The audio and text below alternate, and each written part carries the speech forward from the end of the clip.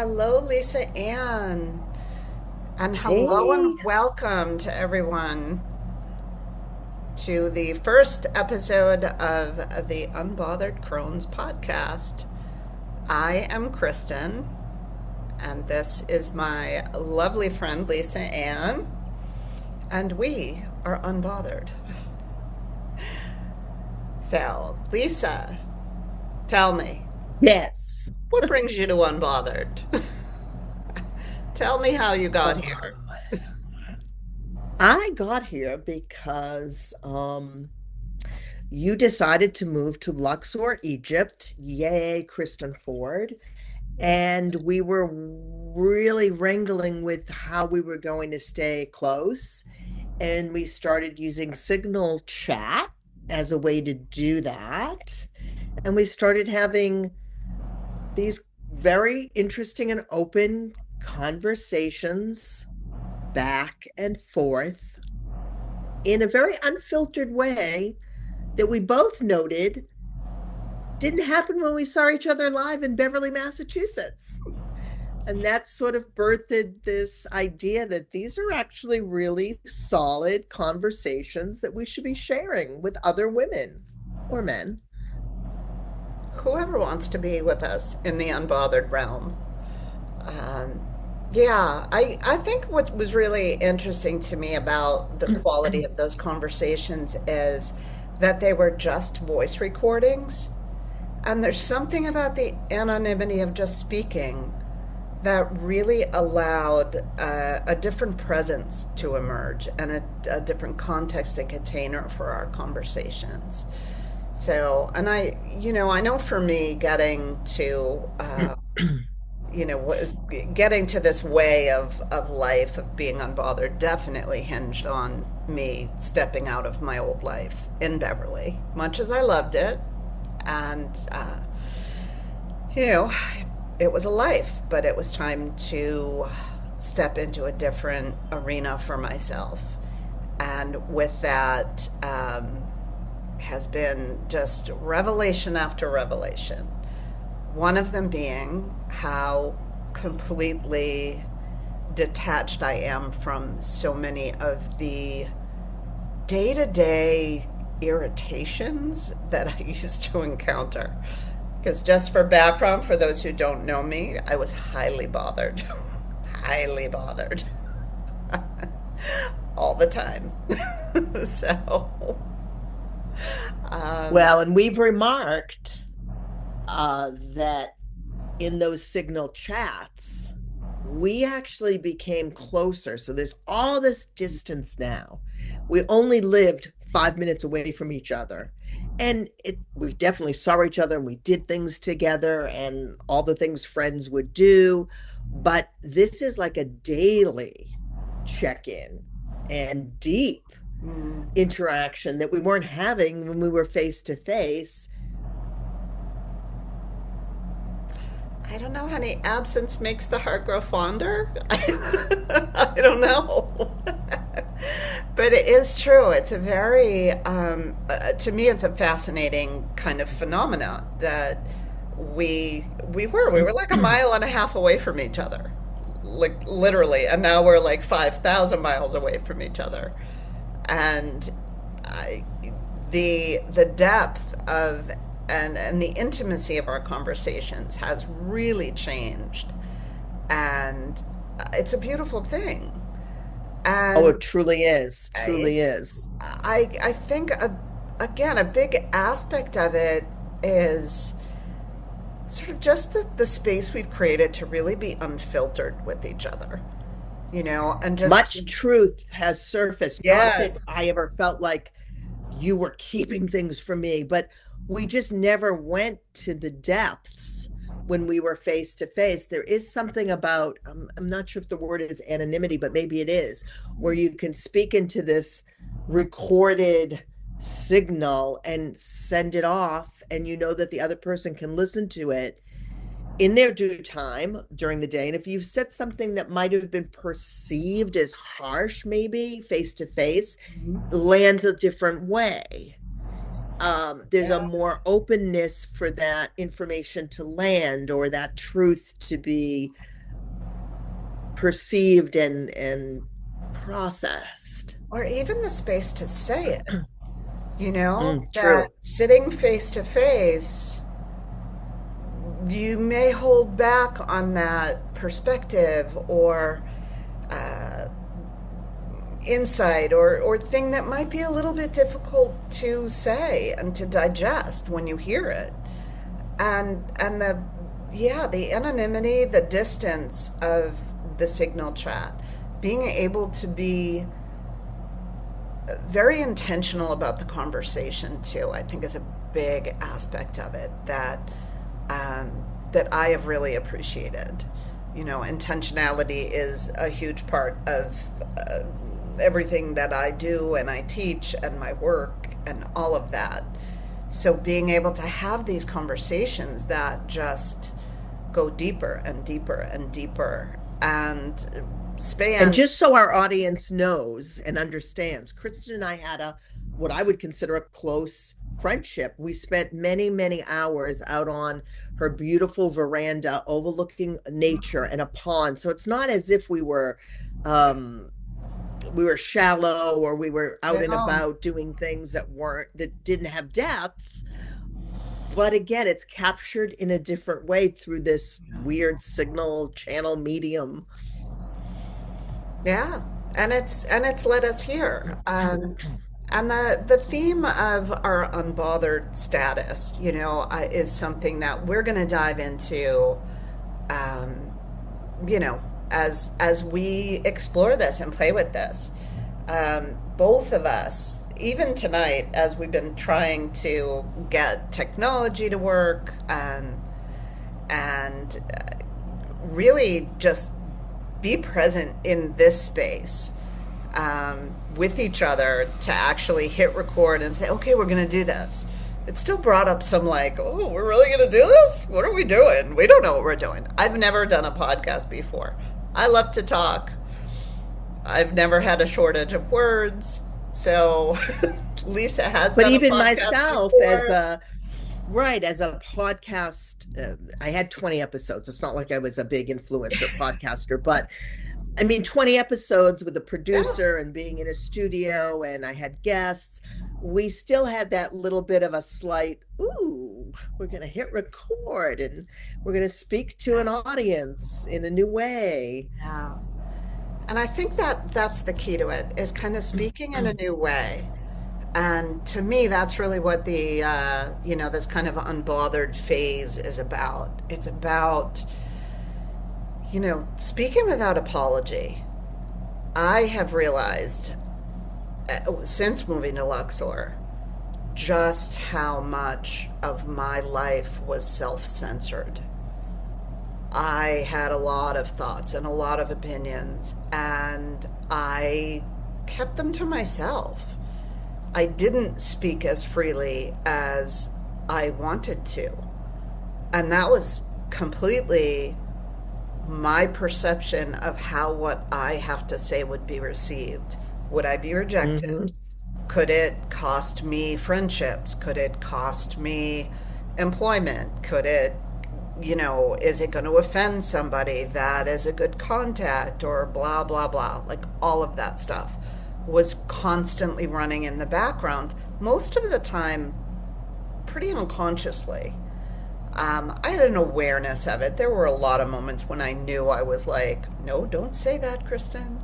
Don't say that. You don't want to say that out loud. And even as I was making the transition from living in Beverly to making the move, I moved to Luxor in October of last year. I landed here October 1st. So even as I was making that transition, there was a realization as I started to just be more open and speak my mind and say things that, you know, were true. And in some cases, those things were not received well. And, you know, that is what it is. But I also realized that people not receiving something I say is not necessarily on me. Um, and I think that's where this kind of distinction really started to form of honoring my voice, speaking always with compassion and kindness and integrity. Those are critical values to me. But that even if I say something that's not received well by someone else, that's a them problem, not a me problem. Because the process of my leaving brought up so much for people, especially people who were feeling very trapped in their life, feeling like they wanted to get the hell out of Dodge but couldn't because of the framework of their own life. And I understand that. Like, moving to Egypt is not for everyone. It was a soul calling for me, and I had no choice but to listen. But I recognized that it stirred a lot for a lot of people around me. And yet it also affirmed for me that living the life I'm meant to live is no longer something I can put off for another 5 years or 10 years, and not speaking with the fullness of my voice is no longer an option. So that's kind of Well, I how think this. a lot of your change of that move really allows for that expansiveness. For me, Kristen, it was like you're an entrepreneur. You have, not that I was fake in my business, but you have a certain public persona. You have to kind of check yourself Mm-hmm. when you're expressing certain thoughts or feelings because you have a business that you're running. You have to be mindful of your audience. Not everyone may share your same, oh, we'll say political views or Yeah. any number of things you might want to communicate in a more authentic way. So I think the life of an entrepreneur today, especially in a what I call the swipe left influencer environment, really is it's so empowering in so many ways, but it's also so self-censoring in so many ways because you're Yes. constantly curating content so that you can have a successful business, whatever that business might be. Yeah. Um, That's and such a that's the whole social media trap. Yeah, and that is such a powerful um, observation and reality. Is I mean, I worked primarily behind the scenes, so I didn't have that outward facing, but I still had an awareness of like, what's the cost going to be if I speak unapologetically and a bit less tethered. Mm-hmm, Whereas you mm-hmm. have always been far more public facing, and there's a different set of costs associated with that. So I would I'm curious, Lisa, Yes. if there's something in this new way of being, because I think you have wholeheartedly joined me in this, like, I'm untethered. I'm unbothered. I'm speaking truth left and right. Um, what do you feel like is something you've gotten back from this unbothered space that you didn't really know you'd lost? Well, truthfully, I think the ability to see clearly. I Hmm. think when you're constantly censoring yourself to fit into these spaces, especially, again, entrepreneurial or professional or networking spaces, you're really you're not seeing some of the bear traps. So, when you're in a space of always being nice and mindful and collaborative and open and don't miss an opportunity. As you well know, Kristen, I had many of my sort of collaborations or partnerships got skewed very one way, not to my um Yeah. yeah. Yeah. And And so the topic of overgiving and being over responsible is definitely one we will be exploring on later episodes. yes. So Because what I would say I gained back, because I did give you a very convoluted answer, is just clarity. mm, Um, so when you're unbothered and you can speak your truth with, as you say, grace, respect, you're not ever being disrespectful, but really speaking your truth, you hit that section where you're not going to feel like you're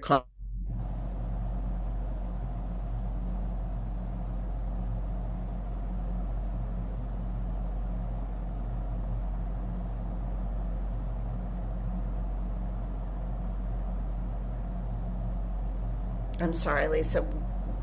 We seem to, as always, have a little internet have a little hiccup tech glitch. on my end. Yes. So I lost you Okay, uh, so mid I don't think our audience will mind hearing it twice. I said midpoint you of you that. really regain clarity when you start speaking your unbothered Yeah. self with your truth in a Yeah. respectful, genuine way. Yeah. But the clarity of situations comes to you. Yeah. Yeah. And that whole idea of the I call it the unvarnished version of what you're saying, like to just to have the courage to just speak from your heart and let it land. The words have a life of their own.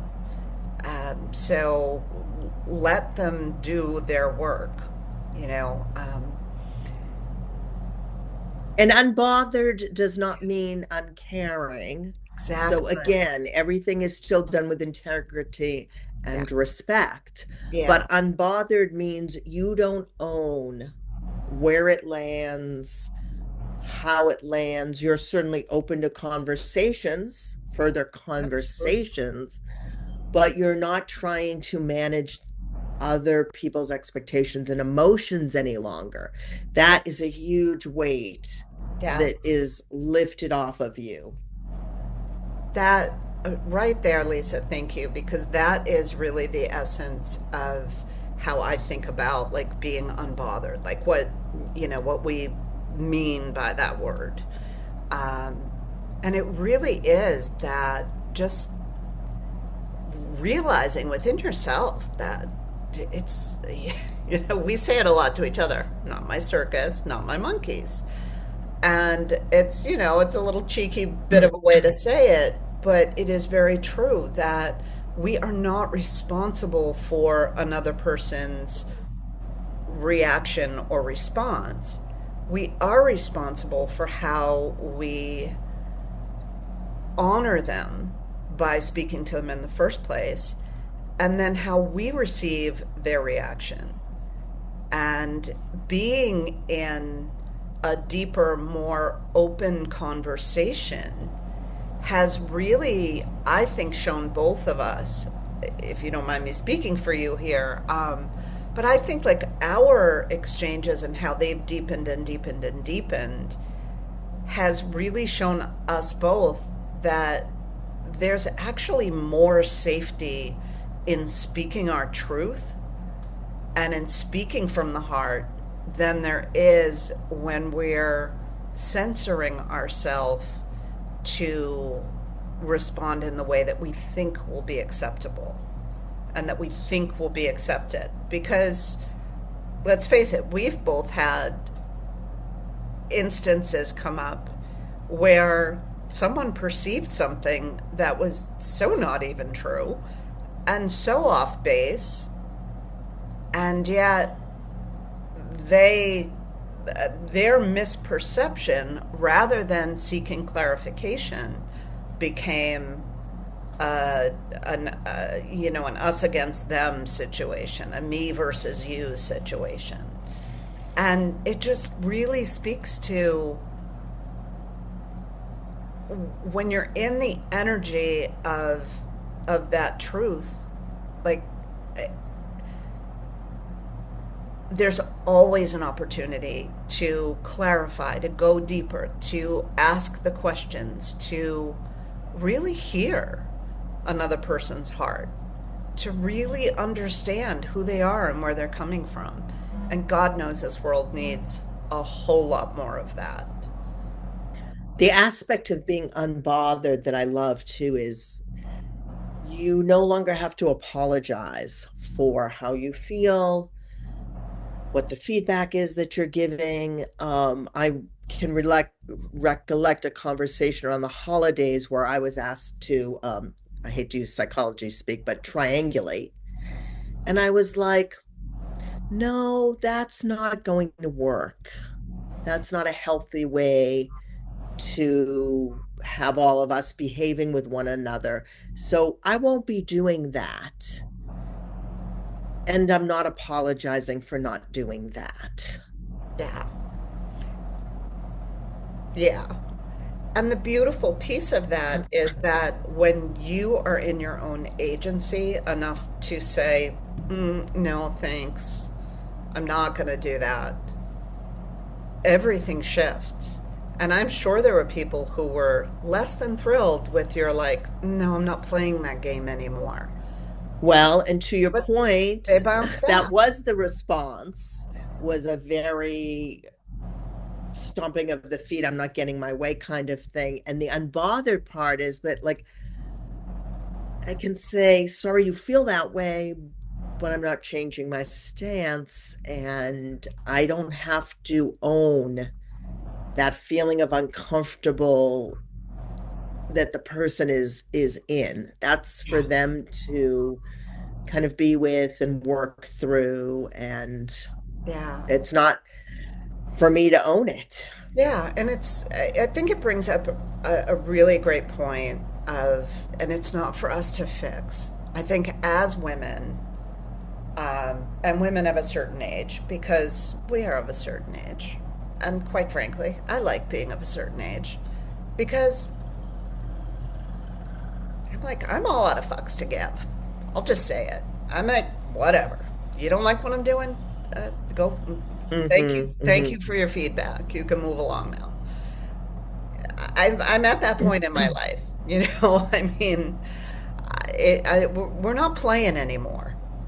We are, you know, we as women in general are so socialized to be responsible for everybody's feelings in the room.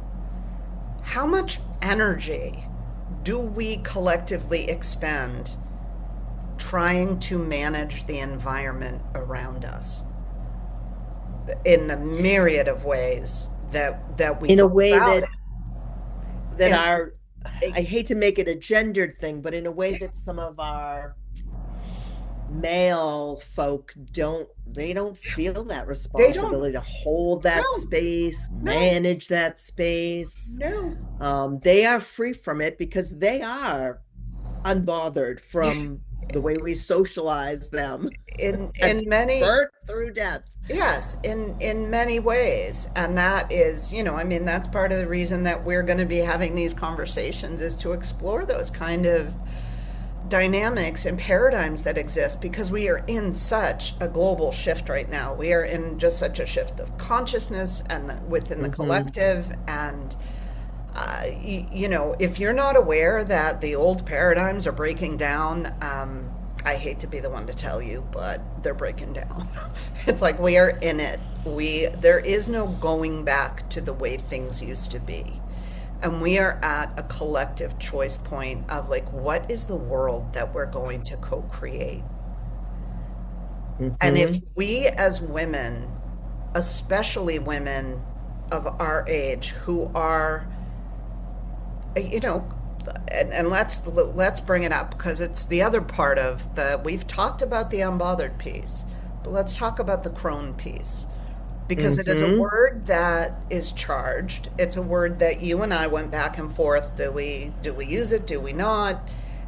Is it triggering? Is it, you know, what do we really want to be identified with that kind of that very negative connotation of crone that has existed. And kudos to all the women who are out there reclaiming their crone and who are saying, like, you know what? Yeah, if your perception of me is that I'm some wizened old lady, like creeping around in my cottage in the woods with my potions and spells and you know, living that way, feel free to think that. Go right ahead. Feel free. Well, Because we the are doing crone. magic and we are bringing all of that wisdom and all of that energy. And sorry to cut you off, but all of that presence, all of our inherited wisdom, all of our lived experience, all of it, every single drop of it, we are bringing to the table. And Yeah. if if this world is not in need of some serious crone energy, like running the show, having far more of a voice, then I don't know. I can't think of a better time or place for that energy to come forward and emerge and to reclaim that image of, that is an image that was put on women by the patriarchy to diminish women who are in their wisdom and at the height of their power. Yep. I will be 60 years old next year, and I am healthier than I've ever been. My brain is more functional than it's ever been, and I'm living my life on my terms in a place that I love. That's scary to people who It's are afraid of it women's agency. it is. It is. I think the depiction of the archetype, starting with the maiden, who's always this lovely fairy tale, Disney princess, and then the mother, the revered giver of life and motherhood, and now we have, good Lord, trad wife movement. We'll get into that in another episode. Um, so you have all these more positive ways of looking at the maiden, looking at the mother. Then by the time we bring in the introduction of the crone archetype, suddenly everything is it's a witch, it's an old hag, it's someone who's putting spells on you in a negative way. It's all Hmm. like death and negativity, and which is probably the way that they are keeping women of our age with our wisdom and our agency in our place, by depictions Yes. of this that are frightening in Yes. Yes. a sense. The Hansel and Gretel, Hmm. uh, you all know of all of that.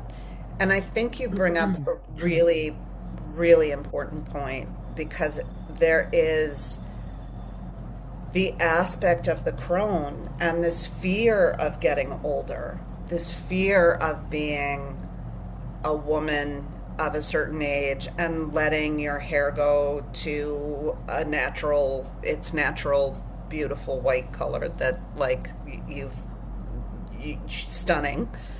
Um, Not wearing as much makeup, not being tied to those old beauty standards. And we live in such a youth obsessed culture where sadly women are often still feeling the pressure to be looking 10 years younger, 20 years younger, sort of chasing this standard that has always been unrealistic.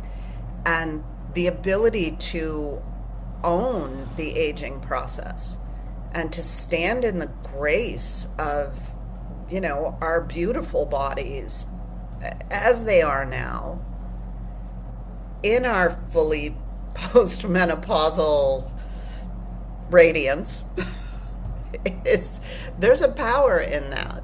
There is a power well, in and these that. narratives have shaped Yes.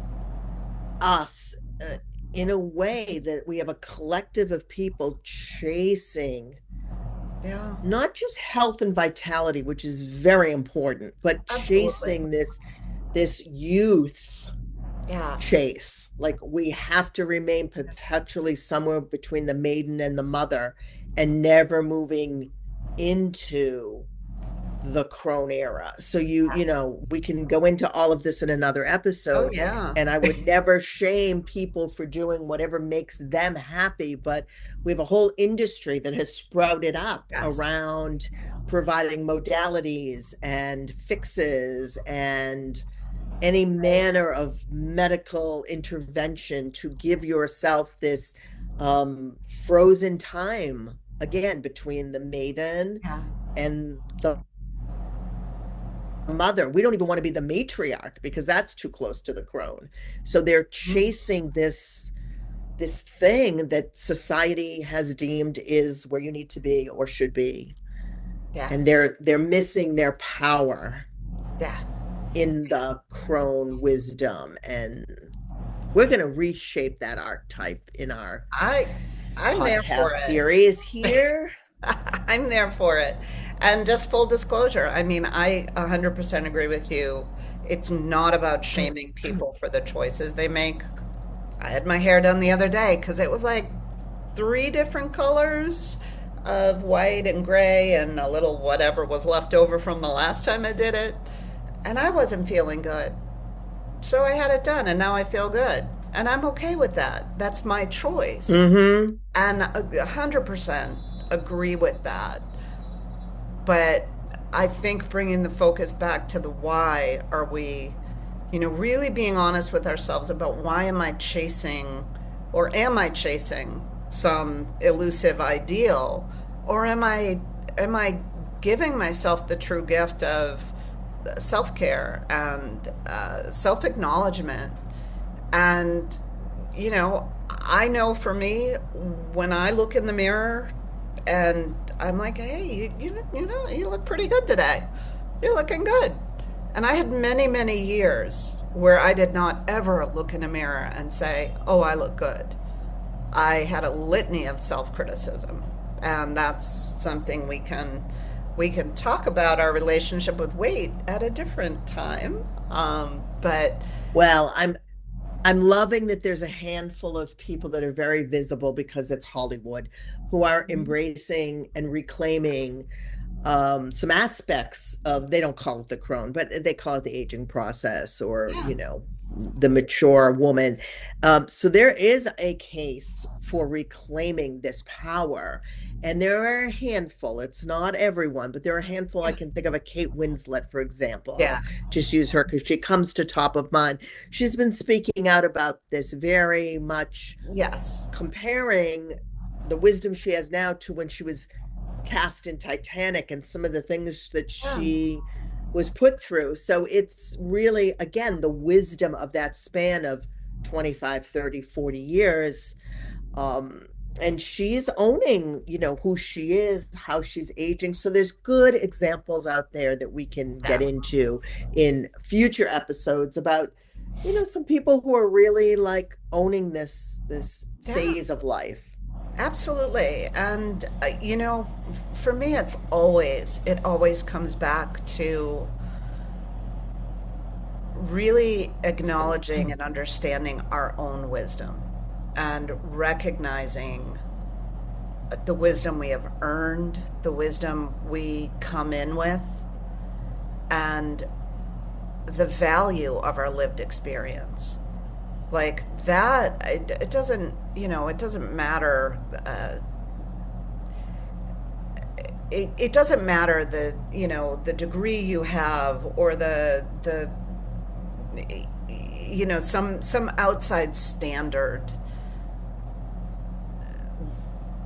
that we tend to always be striving for some sort of validation. It really is about recognizing the inherent wisdom that we carry within ourselves, um, and coming home to that in a meaningful way.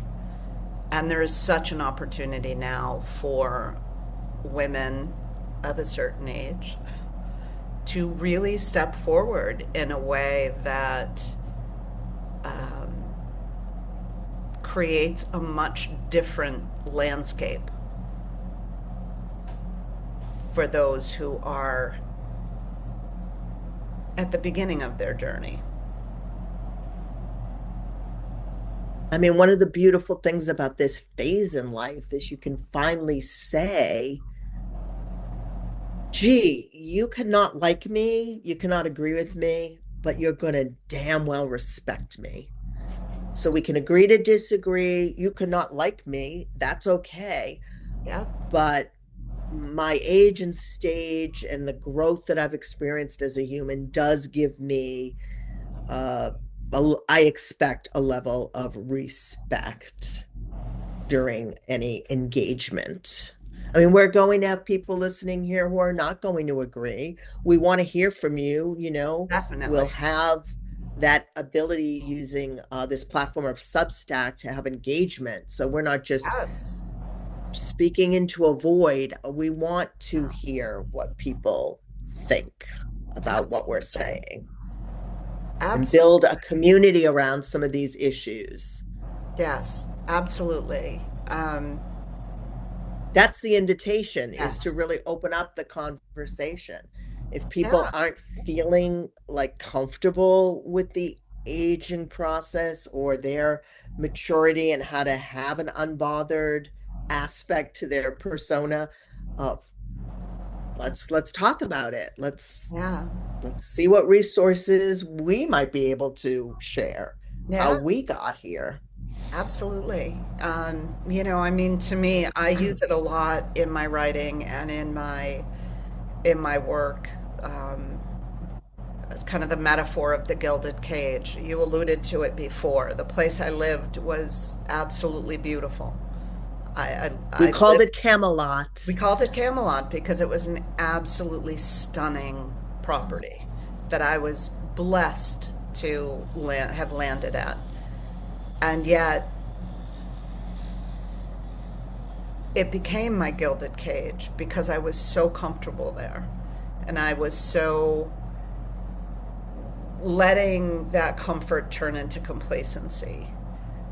And one of the things that I personally want for this space is that if anyone is feeling like they're in their own cage of living to other people's expectations, of not being able to speak their own truth or find their own voice, if they're still speaking in a voice that is, their mother's voice or their grandmother's voice or their peer group's voice, those are the people that I want to hear from.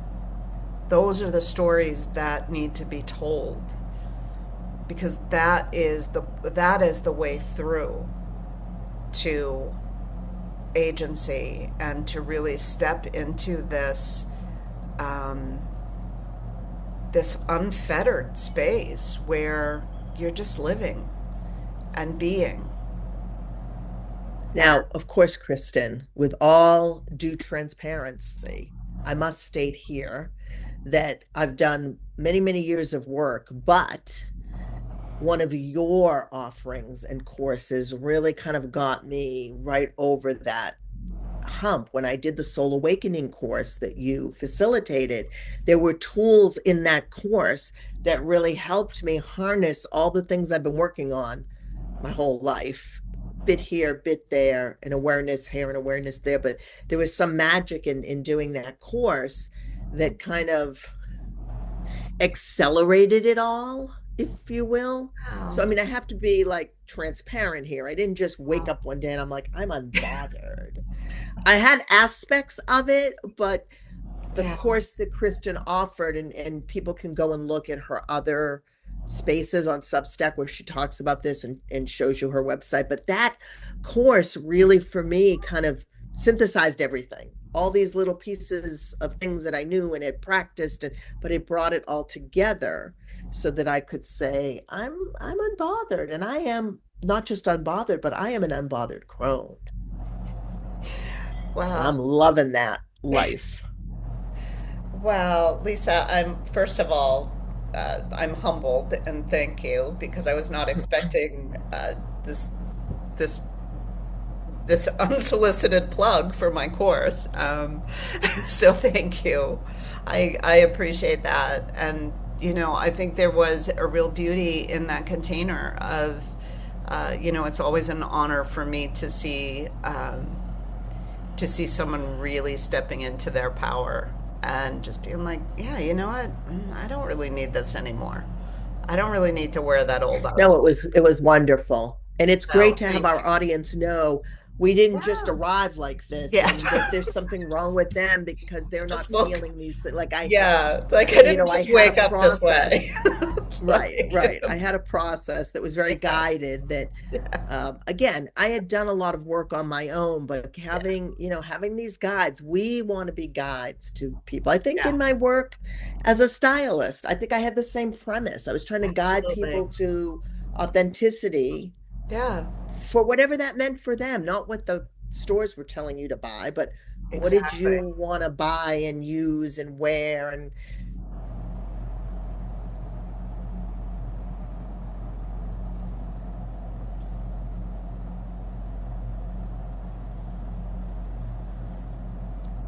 this is the Luxor magic. Once in a while, Kristen will freeze up Ah, yes. because the infrastructure in Luxor, the internet Is is very different than it is in the Americas. So as we're doing our very podcast, you different. all are going to lean into that magic that happens every once in a while. The internet here in Luxor is the thing that proves to me that I am truly unbothered because, in the midst of what Lisa was saying, my screen froze. I have no idea what recorded, what didn't, but you know what? It is what it is. This is life. This is the life. And I just want to circle back to say one of the greatest gifts of your work as a stylist, Lisa, was your foundational understanding that what we choose to wear is an expression of who we truly are. And the work that you did with people to get them to that space was truly it wasn't about like, oh, that color looks pretty on you. It was really about who is it that you want to be seen as in the world. And now you are still doing that work. You're just doing it in a different way. More to follow on that. And, that is, I think, one of the things that brought both of us to this space is that we have we come at it from very different directions, but we have a fundamental and foundational belief in authentic self expression and that we all deserve to have our Hmm. voices heard.